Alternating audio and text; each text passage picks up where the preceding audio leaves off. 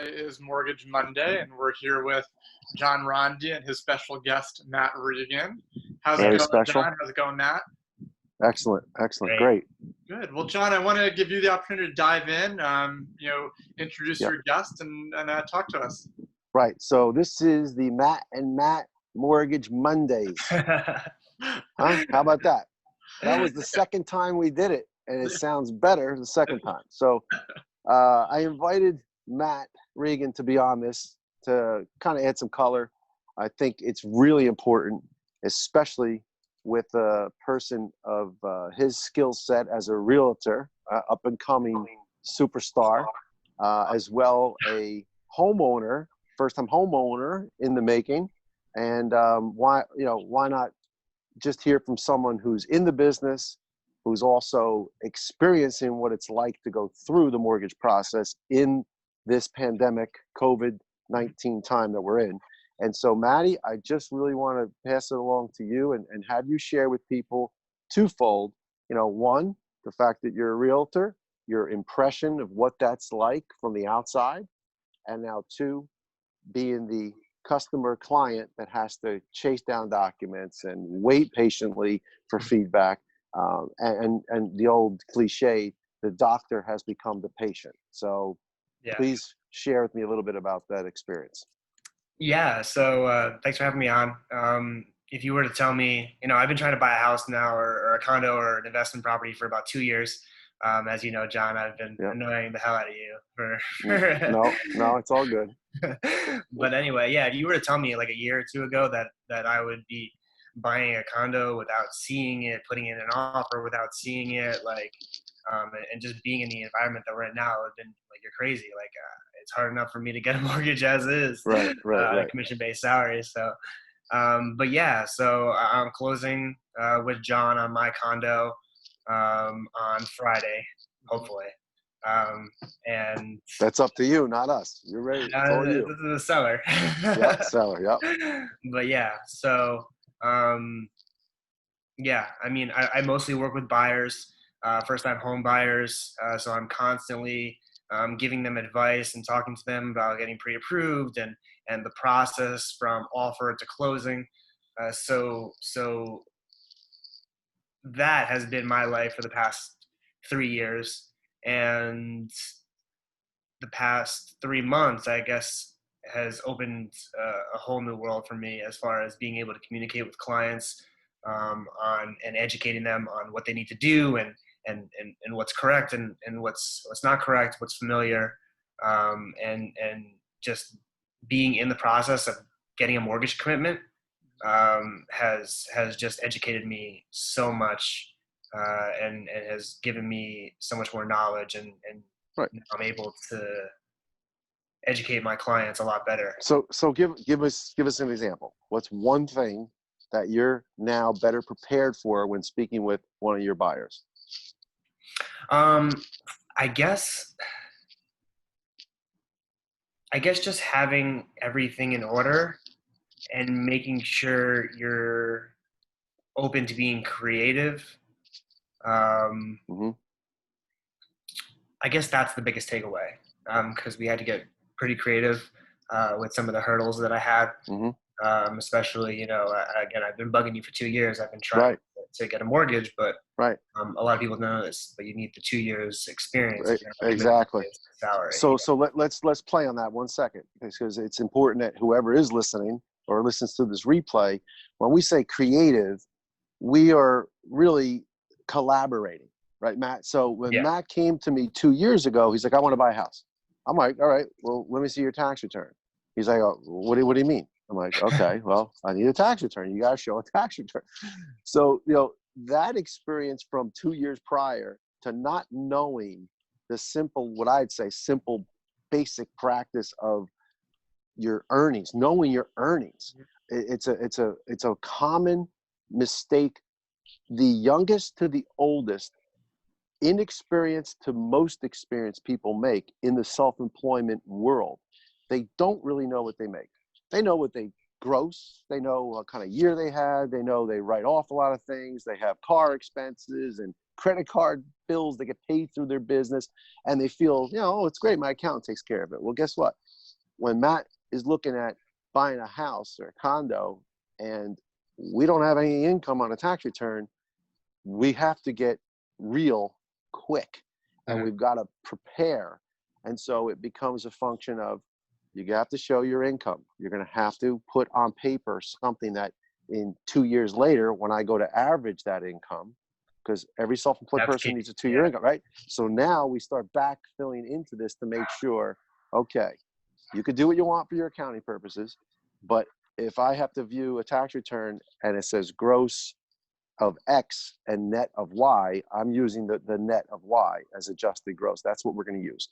And so that was, again, an exercise that we had to go through for probably, the better part of a solid year, because it was not a calendar year, right? It was over the course of like kind of the end of 2018, and then towards the end of 2019. And as we began to look at 2020, well, what does that mean?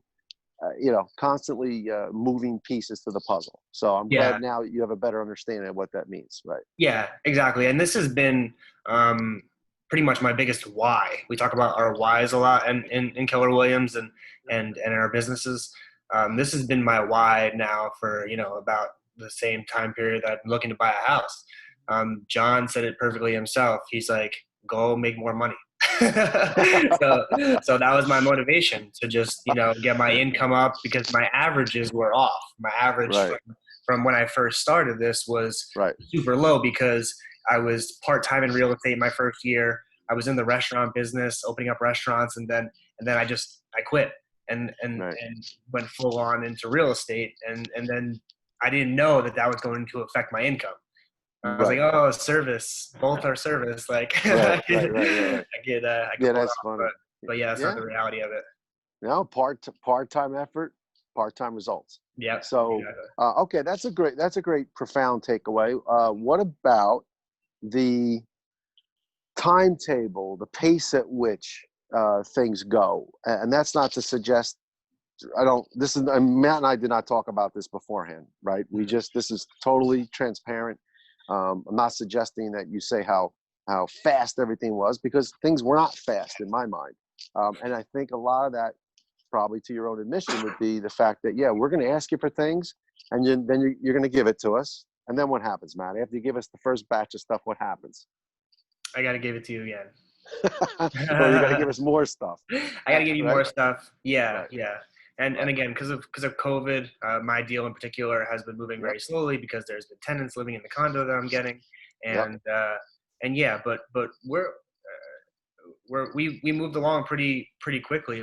If I close this Friday, we're closing like a week early, which is awesome.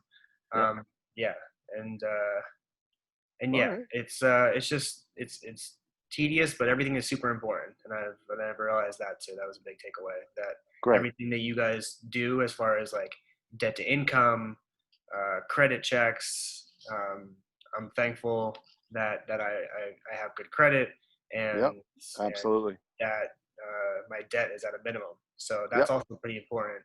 Correct. But let's talk about any home buyer. Let's talk about this now. This is your personal business, and I don't mean to get to the specific, but debts as much as income from first glance are one way, and then by the end of it, it changes because we learn more. And so what we find in not only your case, in other cases, which is the very slippery slope of why it's important that people do get pre-approved. People do the harder task of providing me with tax returns and income statements and explanations, because we could find out at day one what's on your credit report, looks okay, looks like we could handle it. And then as we start to get more paperwork in, tax returns, we say, well, the average isn't quite as high, so that's different. And the debt that we're carrying, student loans are a great example, right? How many people have student loans, Matt? And then we find out, well, I don't pay them, someone else does, so let's try to paper trail that out, or let's relieve it. Those are extenuating circumstances that is changing through this process. So we certainly had to do some of that with you, and it's a very common place to be in, where you find out more as you peel back the layer of this onion. And that's Yeah. what it is for me. I always say I'm peeling back the layer. I got to Mhm. find out what's in the middle, and I'm confident at the end we're going to do just fine and have it the way we need it to be. But those are some of the other the bit of the learning curve of the mortgage process. Yeah, and it was Okay. a learning curve for me too. Um, Yep. Again, like I said back in the beginning, my biggest takeaway was just getting creative and problem solving.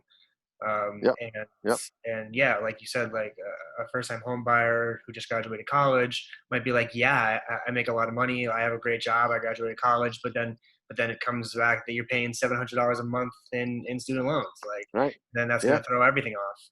Right. Or they say, oh, they're deferred and I don't have to pay them. Well, no, you still have a debt obligated, even though they're Under your deferred. name. So that's Yeah, another one of those technical things. So I'm glad that you're sharing with us some of this. I could talk all day about this stuff because it's about preparation. It's about education. It's about making all of our lives in the real estate world as easy as possible. And it really starts with how much effort and energy the team puts together. The team of the realtor, the team of the mortgage professional, the borrower as a player on that same team. And when there's cohesiveness and everyone talks and we have an understanding of where we are, we know easier where we need to go. So, exactly. Yeah. yeah. Well, anything else you want to share or anything else you could think of that comes to mind? One thing I was going to ask, Matt, was just how did this experience differ for you? Because you're usually on the realtor side of things, where you're working with the first-time home buyers or buyers versus actually being the one that was the buyer. Yeah, I mean, I am a realtor still, and I've been super involved in my own deal, so I kind of feel like I'm playing both roles. Yeah, But I am the buyer in this situation, and I was getting super frustrated before I found this deal. yeah, And yeah, it was competitive when I first started, and I'm happy that I was prepared as a realtor, which if you're a buyer, it's yeah, awesome to have, like John said, a team, because Sure. if I was a buyer and I was going into this market and I had no idea about hmm bidding wars, lack of inventory, et Sure. cetera, then I wouldn't be prepared. I would have fallen on my face a bunch of times and I would have gotten super discouraged. I could have quit. Sure. Good point. But yeah, I was super prepared. Good point. Um, but yeah, Yeah. it's I could totally relate to my clients on a new level now, Yeah. Awesome. with being actually a buyer, and um, now going through a mortgage commitment process. Sure. I mean, we hear this all the time, right? Ronnie says it, Bill says it, some of the more savvy people in the industry say it. You're telling a story. It's your story. Your story, you just added a chapter to your Mhm. book, right? Yeah. Because now when you talk about a mortgage and getting pre-approved, you're not just going to say, hey, call this guy and get a pre-approval. You're going to be like, listen to me. You Mhm. need to call yeah, this guy. yeah, You need to call John Rondi, and here's why. And Yeah. here's what he's going to do. And here's how you need to and that way, before we go out in this market, and so your dialogue is very different, and your story is better. It Yeah. has color, right? What you used to speak, Matt, was in black and white. Well, now you just wrote a whole chapter that's in color, and so Yeah, good for you. exactly. Yeah, so good Exactly. for you. And Yeah, I could never relate to a buyer. Like I didn't say this, but I couldn't have said, oh, I bought a condo before. Oh, I right. have an investment property before. Yep, I couldn't really say that, or I'd be lying. sure. Yeah, But no, yeah, it's a good yeah. point. yeah, All right. Awesome. Well, like I said, I could talk all day about it. I've heard enough. I'm so happy that you are going through and having this experience. Super, super excited for you. You know that. And we've talked about, yeah, I feel like I've been along this journey, and it's going to be really an exciting day when you do close.